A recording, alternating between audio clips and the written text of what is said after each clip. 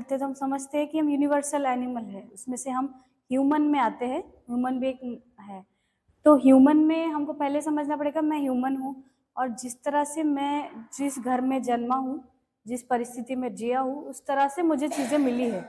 उस माँ बाप ने जो समझाया धर्म वो मिला, और टीचर ने जो समझाया वो तरह का सोशल बैकग्राउंड मिला, फ्रेंड्स जैसे मिले वैसे आदतें मिली, सोच मिली, और बाकी भी प्रोफेशन जैसे चुना उसके हिसाब से चीज़ें मिली।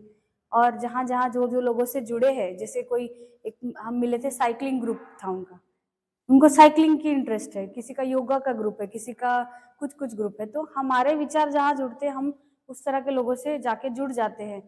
तो उसके अलावा भी अलग अलग पॉइंट ऑफ व्यू से लोग जुड़ेंगे ना, जैसे ये चीज़ों में मैं कभी पढ़ी ही नहीं मतलब किसी का जात वर्ण पूछने से मैं कभी उस चीज़ में पढ़ी नहीं, पूछा नहीं कभी, तो ये नहीं हुआ। लेकिन जब हम लोग जैसे मैंने शादियों के टाइम देखा है कि इसमें पढ़ते हैं हम लोग इतने खोल में अपन डिवाइडेड है एक दूसरे से कि नहीं एग्जैक्टली वही वर्ण जाति ये इसका चाहिए, तो हम मुझे ऐसा लगता है उस चीज़ पे सोचने से बेहतर एज ए ह्यूमन हम किस तरह का व्यक्ति है, किस तरह के उसके विचार है, वो पॉजिटिव प्रोग्रेसिव है या नहीं, वो चीज़ हमको देखनी चाहिए और उस तरह के लोगों से हमने जुड़ना चाहिए। जीवन में पहला काम तो ये करना चाहिए, गुरु ढूंढना चाहिए और गुरु के चरणों में गिरना चाहिए सर इसलिए मेरे जीवन का तो ये है, क्योंकि मुझे पता है मेरे माता पिता उस तरह से उन्होंने एजुकेशन नहीं लिया है, तो उन्होंने उनसे मैं उतना एक्सपेक्ट नहीं कर सकती।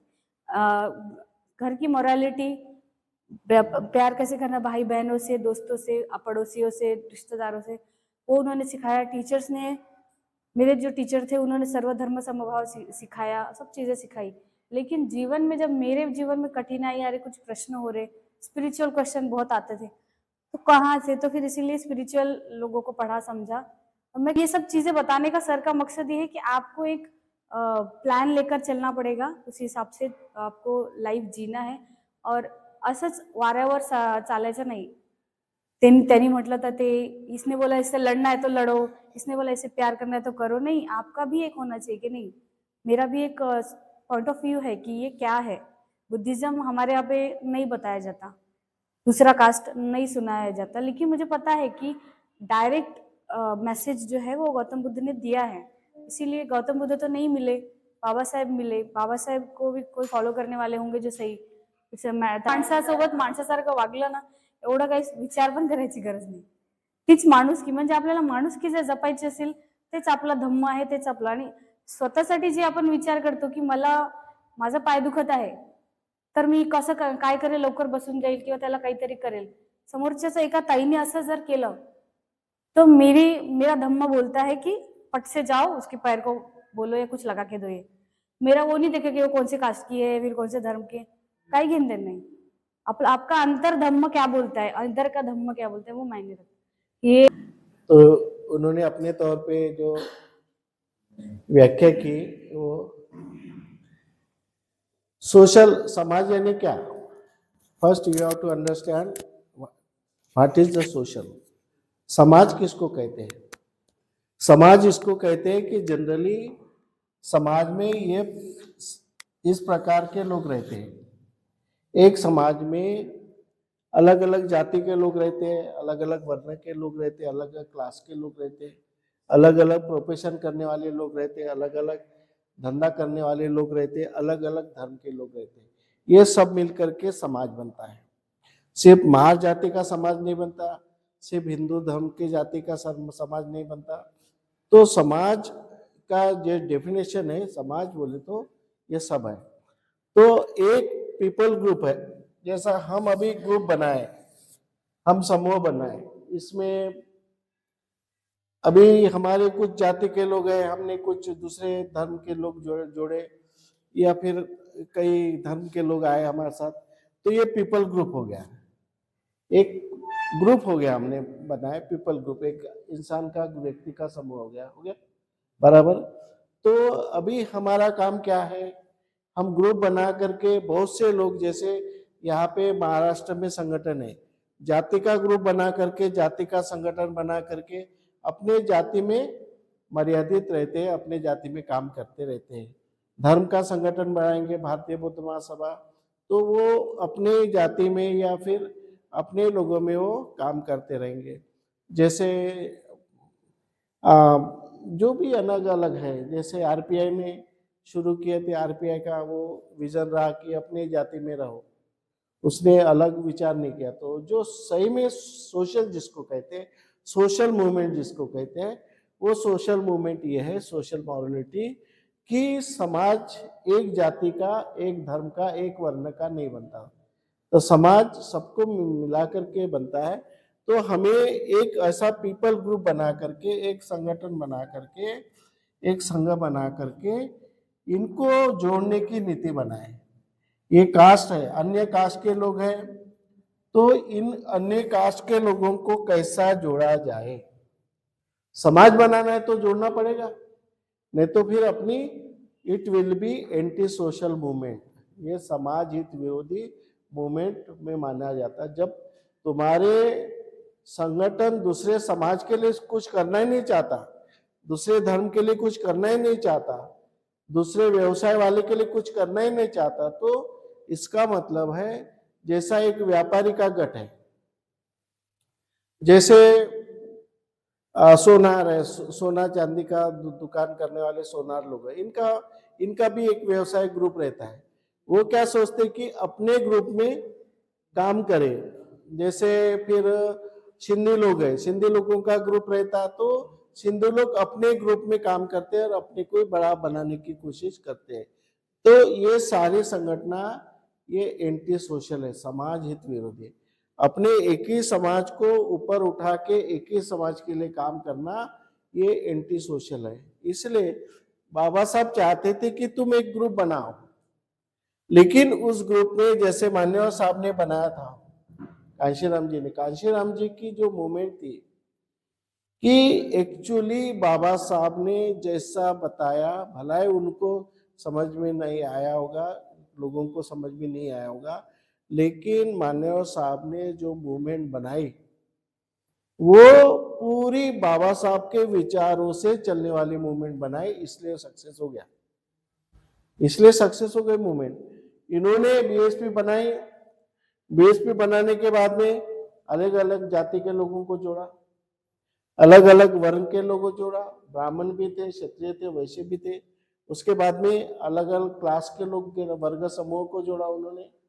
इसके बाद में प्रोफेशन, अलग अलग व्यवसाय करने वाले को जोड़ा, अलग अलग धंधा करने वाले को जोड़ा, और अलग अलग धर्म के लोगों को जोड़ा, हिंदू को भी जोड़ा, क्रिश्चियन को भी जोड़ा, हिंदू और जैन लोगों को भी जोड़ा। इस तरह से उन्होंने सामाजिक संगठन बनाया, इसलिए उन्होंने नाम दिया बहुजन समाज। समाज का मतलब है सब जाति के लोगों को इकट्ठा। तो ऐसे जो बहुजन समाज पार्टी बनाया, तो उससे उनको सक्सेस हुई। अभी क्या हुआ, उसके बाद में धीरे धीरे एक एक जाति समूह निकलते गया, एक एक वेश। अभी धीरे धीरे चमार पूर्ति रह गए, जाटव पूर्ति रह गई, एक जाति पूर्ति पार्टी रह गई। जब भी कोई भी पार्टी, कोई भी संगठन एक जाति का काम करता है तो आगे नहीं बढ़ता, जाति पूर्ता। भी जैसे महाराष्ट्र में हमने आरपीआई को बहुत बड़ा किया, बहुत बड़ा किया आरपीआई को। उसमें एक ही जाति के लोग के तो ज्यादा 13% लोग जोड़ेंगे, एक ही जाति के महाराष्ट्र के अंदर, दूसरे इसमें तो नहीं, 13% जोड़ेंगे। तो 13% से हमारा कल्याण हो सकता है क्या? सिर्फ 13% से? 13% से हमारा कल्याण नहीं हो सकता, क्योंकि हम आगे बढ़ ही नहीं सकते। 13% में हम तीसरे नंबर पे रहेंगे, नहीं तो चौथे नंबर पे रहेंगे, लेकिन पहले 2 नंबर पे हम रह ही नहीं सकते, क्योंकि हमने जो समाज की डेफिनेशन थी, समाज की व्याख्या थी, उस व्याख्या को सोशल मॉरलिटी जिसको कहते हैं, सामाजिक नैतिकता जिसको कहते हैं, उसको हम समझने की कोशिश नहीं की। इसलिए हमारा काम है जाति भेद, जाति अलग रहेंगी ना, वो चमार रहेगा तो चमार ही रहेगा, लेकिन वो अपने विचारों से जुड़ेगा, वो उसकी जाति बदलाना नहीं है। कोई क्रिश्चियन है, क्रिश्चियन ही रहेगा, उसका धर्म बदलाने का नहीं हमको, लेकिन वो हमारे विचार से जुड़ेगा। ये वैचारिक क्रांति है ना, वैचारिक क्रांति है ये। इसको विचार बदला के हमें हमारे साथ जोड़ना है इनको, चाहे चमार हो, वाल्मीकि हो, चाहे ये करना ही पड़ेगा। ये हमने जो प्लान बनाया शुरू से, स्टेप से लेकर, घर से लेकर परिवार, परिवार से लेकर समाज, और समाज के लेकर संवैधानिक नैतिकता, ऐसे मैंने ग्रुप ग्रुप बना करके ये स्टेप बाय स्टेप हमको जोड़ना पड़ेगा, तभी हम आगे बढ़ सकते हैं, अन्यथा नहीं बढ़ सकते। समझे? तो हमें जाति भेद नहीं करना है, धर्म के बारे में किसी को बोलना नहीं। चमार है तो वो धर्म क्यों नहीं लेता, ये बोलना ही नहीं उसको। मादगी है, उसको बोलना नहीं तो वो धर्म क्यों लेता है। उसको नैतिकता में लाना है, बंधुभाव में लाना है, भाईचारा में उसको लाना है, अपने साथ बंधुभाव लेकर के उसको लाना है, तभी हम कुछ कर सकते हैं। तो इसके लिए जो अपना पीपल ग्रुप है, ये पहले मजबूत होना चाहिए। जैसे हमने बोले ना, परिवार की नैतिकता, यानी एक परिवार, एक समूह, जाति समूह, ये बहुत मजबूत चाहिए, वो स्ट्रांग चाहिए। ये इसको स्ट्रांग जब तक नहीं बनेगा तब तक ये आगे नहीं बढ़ सकते। इसको स्ट्रांग बनाए, ये ग्रुप को, ये ग्रुप अगर स्ट्रांग है तो हम इसको ला सकते हैं, लेकिन ये स्ट्रांग नहीं है तो इनको भी हम जोड़ नहीं सकते। कांग्रेस में एक ही जाति के लोग हैं, कम्युनिस्ट में एक ही जाति के लोग हैं, सपा में एक ही जाति के लोग हैं, फिर अपने पार्टी में एक ही जाति के लोग क्यों हम एक ही जाति के बारे में सोचेंगे, सिर्फ बुद्धिस्ट के बारे में सोचेंगे, सिर्फ महार जाति के बारे में सोचेंगे। हम एक ही जाति के बारे में क्यों सोचना है? हमको भी अलग एक ही व्यवसाय के बारे में क्यों सोचना है? कर्मचारी क्यों सोचना चाहिए? व्यापारी क्यों नहीं जोड़ना चाहिए? मजदूर क्यों नहीं जोड़ना चाहिए? अधिकारी क्यों जोड़ना चाहिए? तो हमको सबको जोड़ना पड़ेगा, रिक्शे वाले को भी जोड़ना पड़ेगा, तभी ये सोशल मॉरलिटी कामयाब हो सकती है।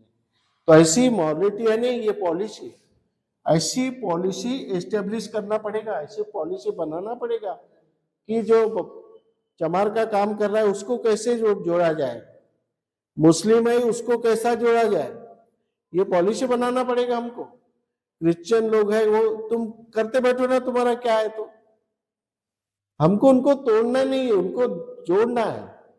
तुम तुम्हारा करते रहो, आत्मा मानते हो आत्मा मानो, भगवान मानते, जो भी मानते हैं, लेकिन हम विचारों के साथ इधर लाना है उनको, विचारों के साथ में, तो धीरे धीरे इनके विचारों में परिवर्तन आ जाएगा।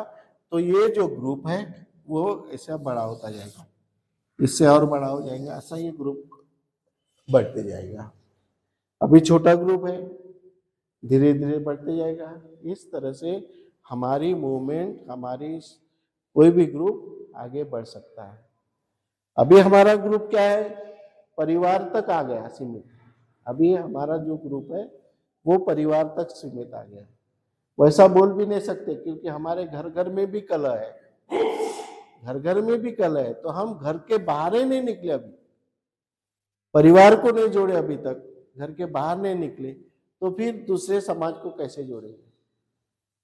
तो एक एक स्टेप हमको जोड़ना पड़ेगा, तभी का आगे बढ़ सकते। ठीक है।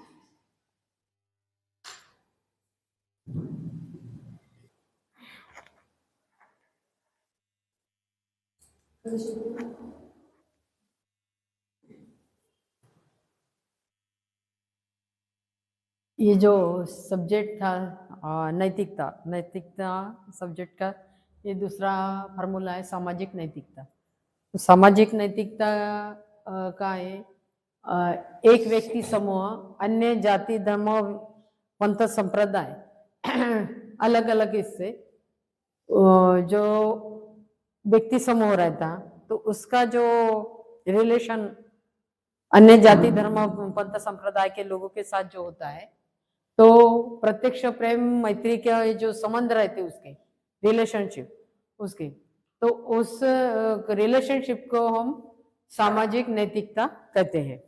तो सामाजिक नैतिकता में क्या आएगा, व्यक्ति समूह जो है तो जाति, वर्ण, वर्ग, व्यवसाय, पेशा, धर्म, ये इस वर्ग से न बांटते हुए हम एक समूह में उन सबको सम्मिलित किया, एक व्यक्ति समूह में कि वो किस जात का है, किस धर्म का है, किस वर्ण का है, किस व्यवसाय का है, वो न देखते हुए हम उसको हमारे ग्रुप में ज्वाइन किए, हमारे जो व्यक्ति समूह है, तो उसमें जो उनको इन्वॉल्व किया, और वो तो अलग अलग कल्चर के होंगे, अलग अलग पूजा अर्चना करते होंगे, वो हमारे यानी बौद्ध ही नहीं होंगे, तो अलग अलग जाति धर्म के हिसाब से वो अलग अलग पूजा अर्चना करते होंगे, लेकिन हमें उससे कोई मतलब नहीं है। हमें एक इंसान को दूसरे इंसान से सिर्फ जोड़ना है, प्रेम मैत्री से।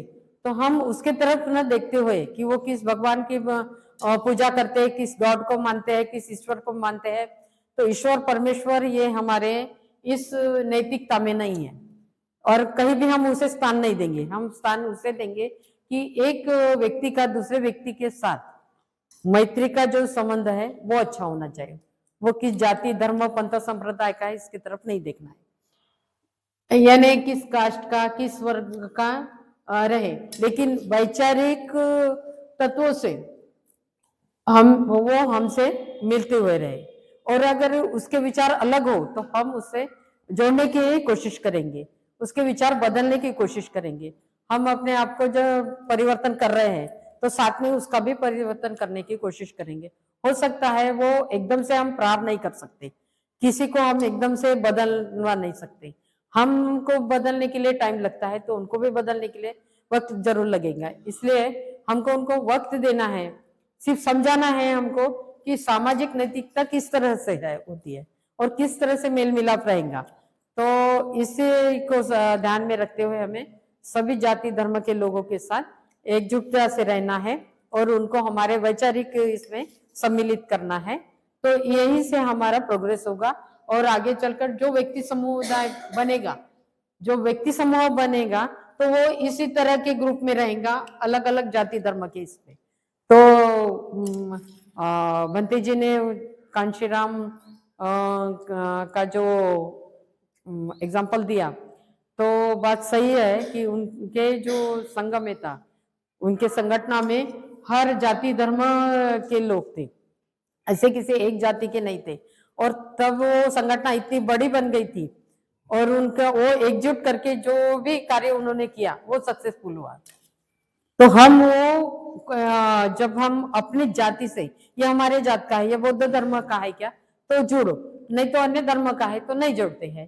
तो अगर ऐसे विचार रखेंगे तो वो कुंठित विचार हो गए, वो विचारों का समूह भी नहीं होगा और व्यक्ति का समूह भी नहीं होगा, तो विचारों की क्रांति तब नहीं बनेगी। इसलिए हमें सब कुछ भुलाकर, जाति धर्म पंथ संप्रदाय भुलाकर एकजुट से रहना और व्यक्ति समूह निर्माण करना है सब जाति धर्म का। तो इतना मैंने मुझे समझा, उतना मैंने आपके सामने रखा। भंतेजींनी आपल्याला एक मॉरॅलिटी बद्दल जे सांगितलं आहे, नैतिकता, कारण धम्माच आपला पायाचा आहे, धम्म म्हणजे नीती। आपण नेहमी भंतेजीकडून आणि तुम्ही वाचण्यातून धम्मग्रंथामध्ये आपण वाचतो, आणि आपला जो उद्देश आहे हे जसं सगळे समूह जे कास्टमध्ये धर्मामध्ये जातीमध्ये वाटले गेलेले आहेत, आणि धम्माचं तत्व काय आपलं की माणूस हा केंद्रबिंदू आहे आणि मानवी हा धर्म आहे आपला, म्हणून माणसाला जोडणे।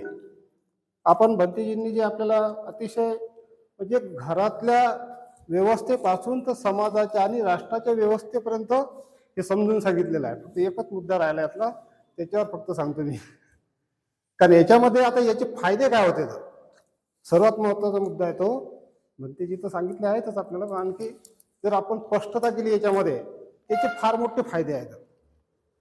कारण या गोष्टीमुळेच काय झालेलं आहे की माणूस माणसापासून तुटलेला आहे, संगठन काय झालं आपलं विखुरल्या गेलेलं आहे, आणि आपला उद्देश काय कि बिखरे हुए समाज को इकट्ठा लाना, जो बिखरे हुए समाज जो है उसको इकट्ठा लाना, और अपन घर से शुरुआत कर रहे हैं।